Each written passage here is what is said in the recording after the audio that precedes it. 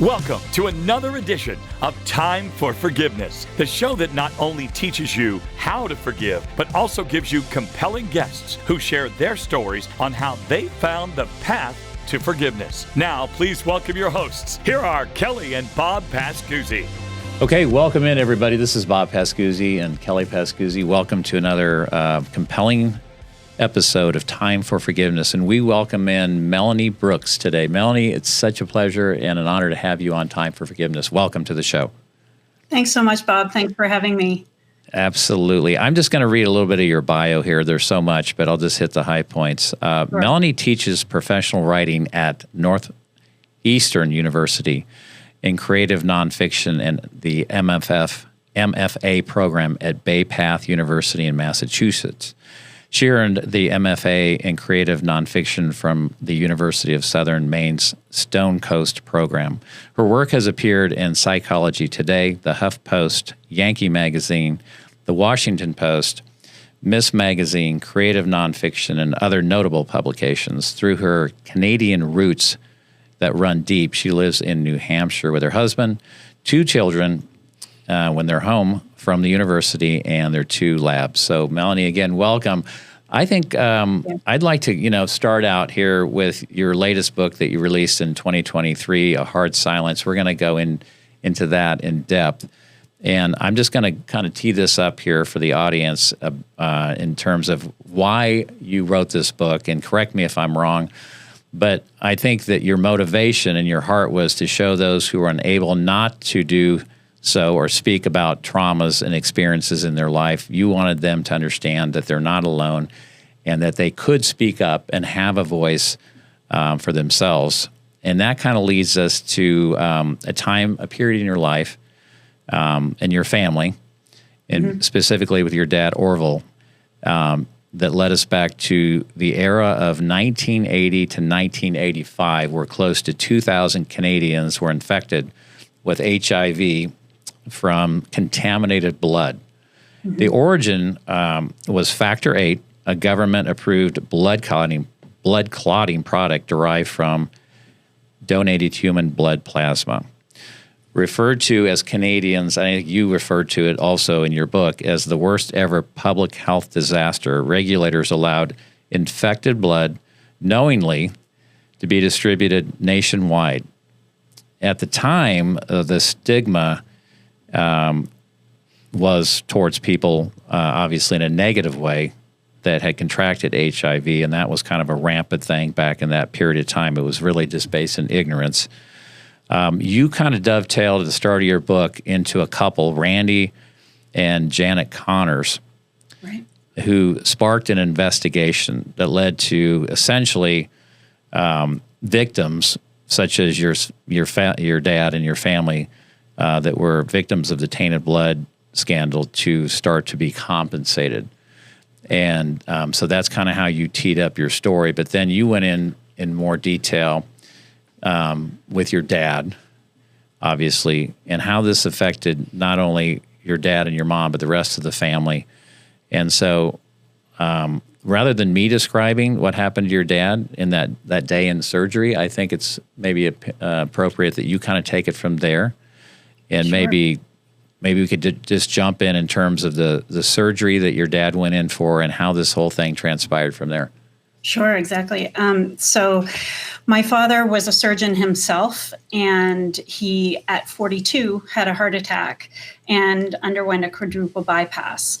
And 8 months after his bypass surgery, it was discovered that the blood he'd been given either during or immediately following his surgery was infected with HIV. And it was 1985, kind of right at the height of the fear and stigma and misinformation surrounding HIV and AIDS. And, in Canada, where we were living at the time, it was, kind of the same culture as here in the United States. And my dad really anticipated, even though, he was at the height of his own medical profession, there was very little known about the disease at that point. And all they knew was that people were dying en masse and dying quickly. And so he anticipated he'd be dead within months, and wanting to protect our family from the stigma and any of the ostracization that might happen, in that culture and in that climate, he decided that he'd keep his illness a secret. He ended up living for 10 more years. And so from the time that I was 13 until I was 23, till right before his death, when he and my mom actually published a book and told, their journey, we had to keep that secret. We had to live the silence of his illness and impending death, because at that time there was no cocktail. There wasn't living with HIV at that point. It was a certain death sentence. And so it was just a matter of when. And so for that period of time, we lived that silence. Wow. Well, that had to be this devastating on the family. And I know you went into great detail in terms of how it affected your family chemistry and so forth. Sure. I'm sorry, go ahead. Well, I just want to touch on, I know that you had alluded throughout the book that there was times also that part of the family had more information than you did. They Right. withheld that from you. Right. And I'm sure that was like you had called it a veil in Yeah. their mind of protection. But that's not probably how you perceived it, and how appropriate that you named your book, because there was so much silence for you. And well, at the time, I was 13 when my mom and dad found out this news. I have two older brothers who at the time were 15 and 16, and then I have a younger brother who was 8. And so my parents immediately sat down with my two older brothers and told them what was happening and gave them that news out of a desire, I think, to protect my innocence and my younger brother's innocence. They didn't tell us, but I talk about it in the book as kind of this hole in my memory, because I don't know how. I don't have a recollection of the moment of hearing the news, but within days I knew. And so I was carrying kind of that information, not supposed to be knowing that information for a long period of time. And then my younger brother, who, like I said, was 8 at the time, my parents didn't end up telling him until he was 15. And Wow. So the silence wasn't just outside of our family, it was also inside of our family. We couldn't talk about it openly together because not everybody knew.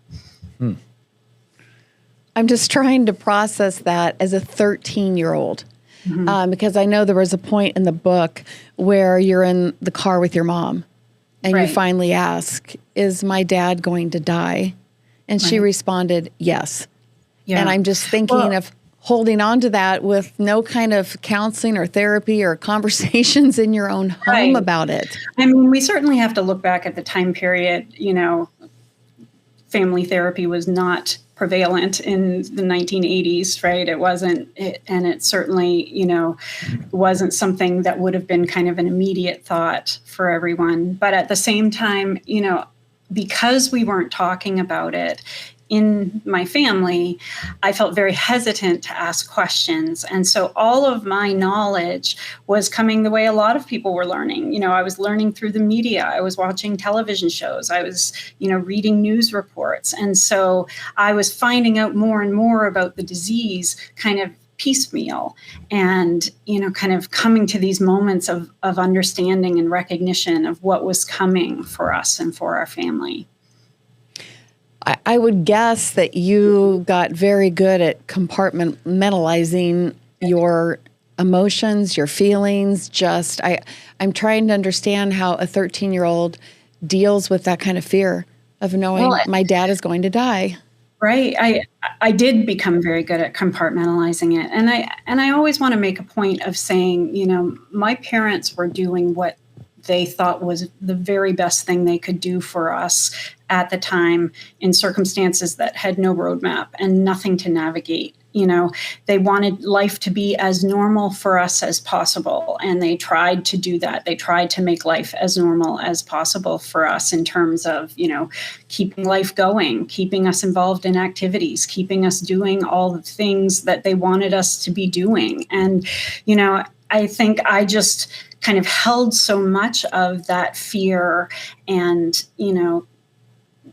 it was fear and anxiety and worry. I held it so close, and it became habitual for me, because even after my dad died, I continued to kind of compartmentalize that grief and that loss for a long period of time after that. Mm-hmm. But you also were grieving so early, before his death as well. And there's a quote that you have in the book that just stopped me in my tracks, and it's unspeakable. There is no grief like the grief that does not speak. And I thought about that for a very long time. And again, like you said, it's not even just you, it was your entire family. Exactly.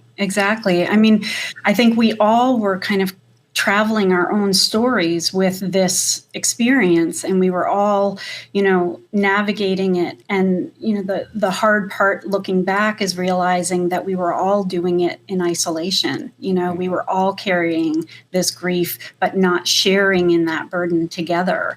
And, I think for me, it was just, a lot of it was not even acknowledging that it was there, but that anticipatory grief, that kind of, we lived that 10 years thinking every day was going to be the day that the sign would be, we'd get the sign that he was getting sicker. Or, when I went away to college, every phone call, it was, is this the phone call? Every vacation, is this the last vacation? Is this the last time, and living with that kind of ongoing anticipation is, it's traumatic and torturous. It's very difficult.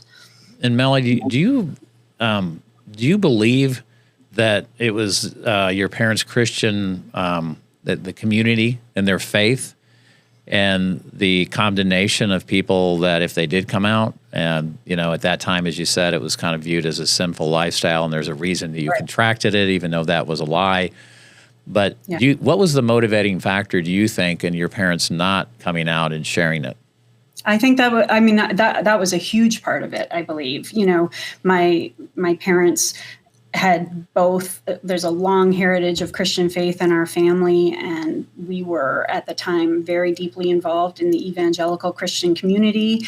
And there were a lot of loud voices within that community who were condemning anyone who was infected with this disease, as being a recipient of God's punishment. And, the stigma that surrounded this illness, unfortunately, a lot of that stigma was being perpetuated by the Christian community. And, and I know that was a big factor for my dad, was fear. And, one of the things that was very hard for me to write about was, the fact that, my dad grew up in a sheltered Christian family. His father was a Baptist minister. And so a lot of the views about LGBTQ plus community that came from that upbringing were embedded in him. And it was difficult for me to kind of look back and kind of acknowledge my dad's own homophobia in writing this book, because I didn't want people to kind of latch on to that as the only thing about my dad, but I had to acknowledge that, because I think that was a big part of his fear of what would people think of him, and would people believe he was gay by knowing this. And, and it wasn't just the Christian community, because at that point, culturally, socially, there was not a lot of acceptance of the LGBTQ plus community in the 80s and early 90s. And so it was, it was kind of across the board. But I would say absolutely, the fear of what how our community would respond was a big factor. Boy, the weight of that, and you wrote about that in your book, the emotional and the physical weight of carrying that for 9 years was devastating. Right. And then, go ahead, I'm sorry. Well, I was going to say, and, one of the reasons that my mom and dad, so I mentioned earlier that, 6 months before my dad died, he and my mom published a book. And one of their motivations for that, I think, was to kind of speak to the Christian community and have, kind of acknowledge that they needed to do better in terms of Yeah, how they absolutely. were responding to victims of this disease. And I think they wanted to share their journey with the hope of broadening the scope of what people's perspectives were of who contracted this illness. Well, I think, I have heard that there could be one incident, but everyone experiences it very differently. Mm-hmm. And so I'm just curious with your brothers, your mom, your dad, the consensus, do you feel that you all kind of dealt with it the same? How different was it for everyone? I think it was different for all of us. I mean, my younger brother is gay, and so that, he has his own story to tell in terms of how all of this plays in to his perspective and viewpoints. I have two older brothers. My oldest brother didn't live at home for a good chunk of that 10-year period. He had gone to college, and so he wasn't there for kind of the day-to-day. So he was living in kind of his own isolation and fear. My mom was my dad's sole confidant, and taking on the burden of, kind of carrying all of his grief and pain and supporting him, but also trying to take care of all of us in the midst of that. So if we all told our stories, they would all be different stories.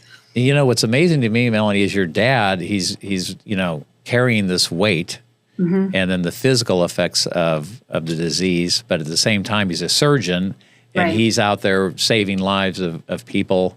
His life is just shrinking, diminishing. Well, and the tragedy of this as well was my dad never went back to surgery after he got his diagnosis because he was too afraid of infecting his patients. It was still very unknown how it could spread. And so after his heart attack, his cardiologist had kind of said, listen, if you keep going this was before he knew about the HIV, but he'd kind of gotten the advice, like, you need to take a break from surgery. You need to take some time off, get yourself physically better, because if you keep going at the pace that you're going to have another heart attack. And so my dad had already made plans to take time off from surgery. He had taken an advisory position as a medical advisor for a medical legal firm, but that was supposed to be very temporary. We all knew it was temporary. He was going to go back, but once he got his diagnosis, he could never go back. And so he lost,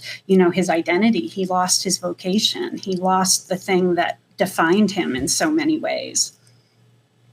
Yeah, for sure. I mean, that had to be so difficult for him. And, mm-hmm. You guys as a family, you navigate through this, and it wasn't until some 20 years later that you said that you gave yourself permission to finally speak about it. Can you talk about that a little bit? Like, was there a tipping point or something that happened where you just said, enough's enough. I'm going to speak from the heart here. I need to share my story.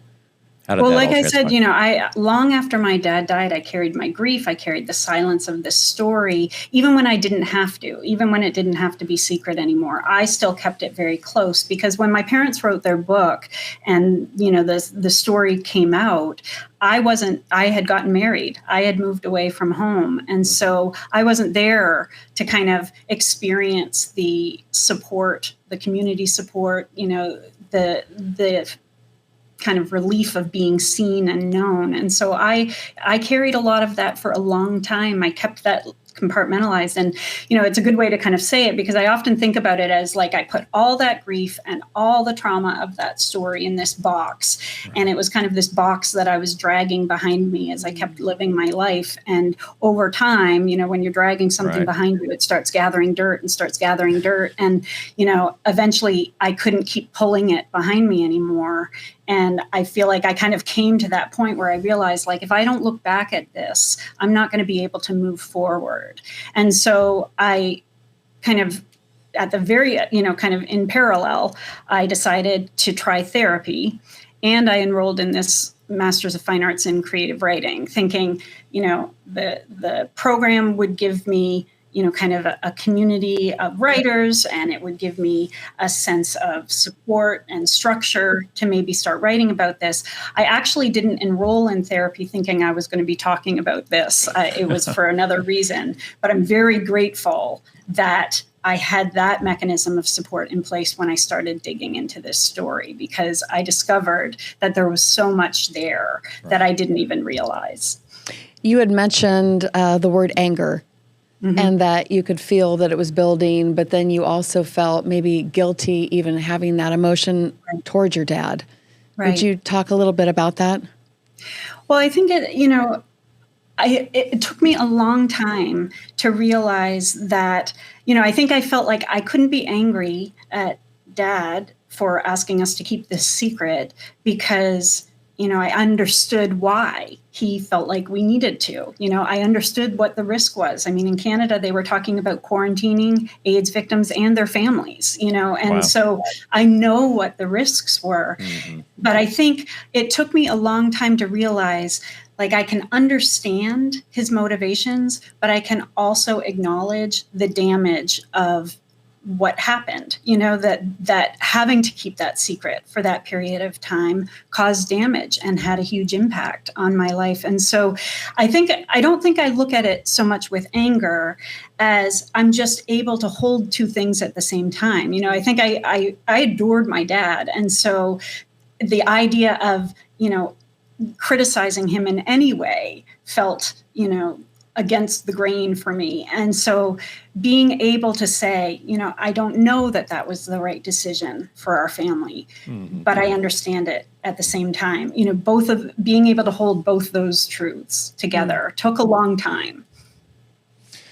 And Melanie, was there, and we're talking about forgiveness obviously on this podcast, and if we go there, is there an element of forgiveness in some way for you, whether it's... I think what I would talk about is healing, that there's an element of healing that came out. I think by the time I had written this book, I didn't feel a sense that there were people that needed my forgiveness. I wasn't carrying deep anger. I wasn't carrying, deep resentment. There are a lot of things I could be angry at because there certainly are people who were culpable in this story. Just last week in the UK, their tainted blood scandal, the report came out, and it's almost exactly the same story. Amazing. And they've had to wait 20 more years to learn that the government was at fault, that the National Health Service was at fault, that there were people to blame, But I think for me, the bigger thing I would say that has come out of this is the healing that comes when we are able to acknowledge what has happened to us and we're able to look at it authentically and come to understand it, and then also be able to talk about it. That for me has, been the biggest piece of this whole process is finally being able to speak what I couldn't speak. And that has led to a level of authenticity for me. I feel like there's not kind of a barrier between me and other people. I feel like I can speak and talk about this thing that has, deeply impacted my life. For a long time, I think I felt like if I write this story, then I can just get rid of this story. It can be gone. And I think that in the writing of it, I realized it's not a story that I want to let go because it's something that has had such a big effect on my life. Right. And it's shaped who I am. Right. But I think when you're able to kind of come to that place of understanding all of those factors that have shaped you, there's a lot of freedom that comes from that and deep healing. And I talk a lot about with my students and, in workshops that I teach about kind of those healing possibilities of being able to tell our stories. I wanted just to read a quick paragraph from your book and ask you a quick question. Sure.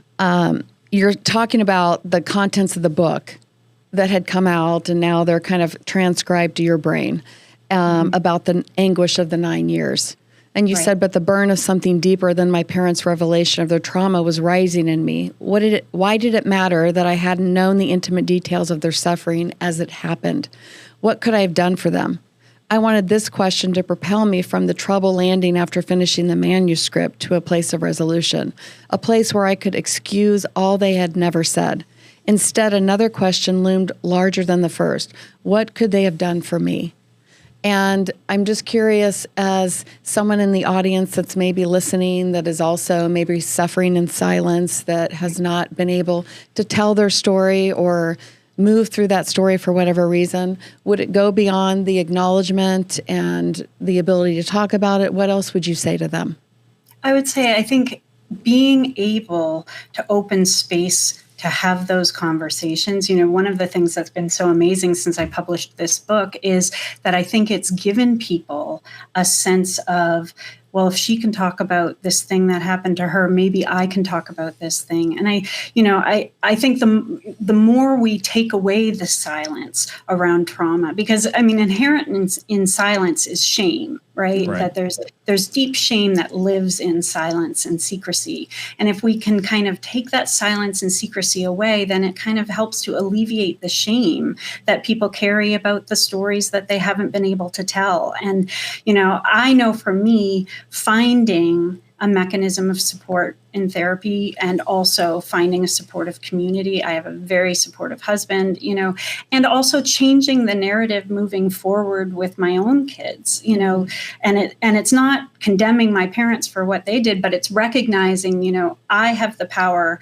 to change what happens moving forward. And so, being very open with my kids and telling them again and again that they can come and talk to us. And if they have questions, if there are things that are bothering them, I recognized, if I had gone to my parents and told them I was suffering, they would have done everything they could to help me. I know that.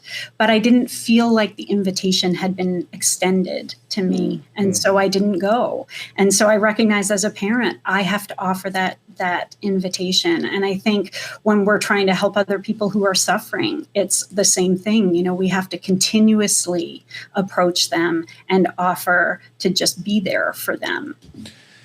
Change the narrative. You have the power. I love that we all do have the power to change the narrative, but we have to have the courage to step out. And you did that. And you're a beacon of light, I think, to so many people that you were able to share this story. And I'm sure it transcends a lot of what's gone on over the last couple of years with the coronavirus. There's so many similar parallels here. It has. It was really interesting for me. I experienced a lot of grief during the coronavirus pandemic, and especially during lockdown, because I recognized what it felt like to be isolated in community versus being all by yourself, and I grieved, kind of what it was like for us to have to isolate, but nobody else was and nobody else knew.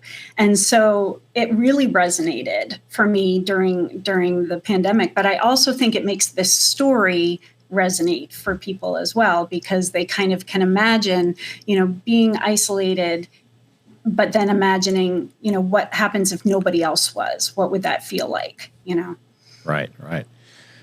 So Melanie, when you're speaking to students and audiences, if you had to encapsulate your message into something like one or 2 points, what do you want people to take away from your story? There's so many elements. So many powerful things you've touched on, but at the heart of it, what is your message? I think, first of all, we connect when we share our stories with each other, that stories matter, and what's happened to other people and to ourselves matters. And when we share in those things, I think there's a greater sense of companionship and community. So I really encourage kind of the telling of stories to build empathy, to build, kind of a broader and more hopeful community. I also, really think that it's important that we talk about things that there's often silence surrounding, like grief and loss and trauma. We tend to back away from those things. And when people are experiencing those things, they need people who will lean in and be part of it with them. And so those are kind of the two things, because those are the things I was so desperate for during that time. And even after, I just wanted not to be by myself with it. And so I don't think that we have to be. I don't think people have to suffer by themselves. I don't think that people have to live their experiences in silence, but we have to be open to hearing their stories. That's very powerful. That we don't have to suffer by ourselves, but we do have to be willing to be vulnerable, but also be open to hearing people's stories. I love that, and have a greater sense of compassion, which develops and breeds a stronger community. So I love that message. Melanie, thank you. Thank you. Thank you. I'm just thinking about, my own experience, my own grief, my own loss, tragedy, shame, all the above, silence. And I realized that was all necessary in one regard, that I would be able to talk about hard things. And sometimes we're on this podcast talking about hard things. And I love that you said lean into it, because most, they don't want to lean into it. And in regards to the word forgiveness, I'm just curious, with everything that you have experienced in your life, especially those 9 years and beyond, what does that look like in your own life? I would assume, I shouldn't say I'm going to speak for you, but maybe you're not as offended as easily as most in regards to some of the things that you've had to experience in your life, and maybe forgiveness is an easier thing for you. I don't know. I'm just curious about that. I think for me, I kind of try to approach things as openly and with as much understanding as I can, right? As far away as I have moved from some of the viewpoints of my upbringing, I also understand where those viewpoints are rooted. And I think the more that we can try to understand people and where they're coming from, I think that is a big part of forgiveness, right? Is when we can kind of step into somebody else's experience and try to understand, what has motivated them, what has put them in that place, and so I think that is something that I try really hard to do, is kind of reserve judgment, even if somebody, cuts me off in traffic, right? Like, rather than get angry, I try to imagine, like, maybe they're having a really bad day, That's amazing. Maybe something has happened that we can, because I think about how long I walked through life and nobody knew what was happening, underneath the surface for me, and so we can never know what's happening for other people. And I guess that's what has changed for me, kind of in my outlook and my approach, is just, we can't ever know what somebody's going through. And we have to be kind and compassionate and empathetic. I love that. Thank you. Wow. We need more of that in our world today, for sure. We sure do. Yeah. And Melanie, you obviously have a high degree of awareness. When you say understanding, it's rooted in awareness. And so I appreciate that you don't go to judgment. It's, I like to say, perceive more, judge less. Right. And if we perceive more, we get better answers. Right. And I think you're a great example of that. So thank you. So, Melanie, A Hard Silence, this is an amazing memoir, and you've just released it in 2023. Tell our audience where they can find this book. It's available through any bookstore. You can order it, and through, I'm a huge supporter of independent bookstores, but it's also available on Amazon and on Barnes & Noble. You can go to my website and find access to it and where you can buy it at melaniebrooks.com. Melanie, you've been amazing today. We've learned so much. Melanie Brooks, thank you for being with us on Time for Forgiveness. For Bob Pascuzzi, Kelly Pascuzzi, and Sean Parr, we'll see you on another episode of Time for Forgiveness. Thanks so much. Thank you so much for listening and for watching Time for Forgiveness. Hey, listen, visit our website at timeforforgiveness.org. And here's the great news. You can now download our workbook. Just click on the QR code. It's that simple. You can also message us on our website, because we read every single message, and we certainly love to help. You can also reach us on our socials on Instagram and Facebook, and you can email us, again, at info@timeforforgiveness.org. I'm Sean Parr for Bob and Kelly Pascuzzi. We'll see you next time on Time for Forgiveness.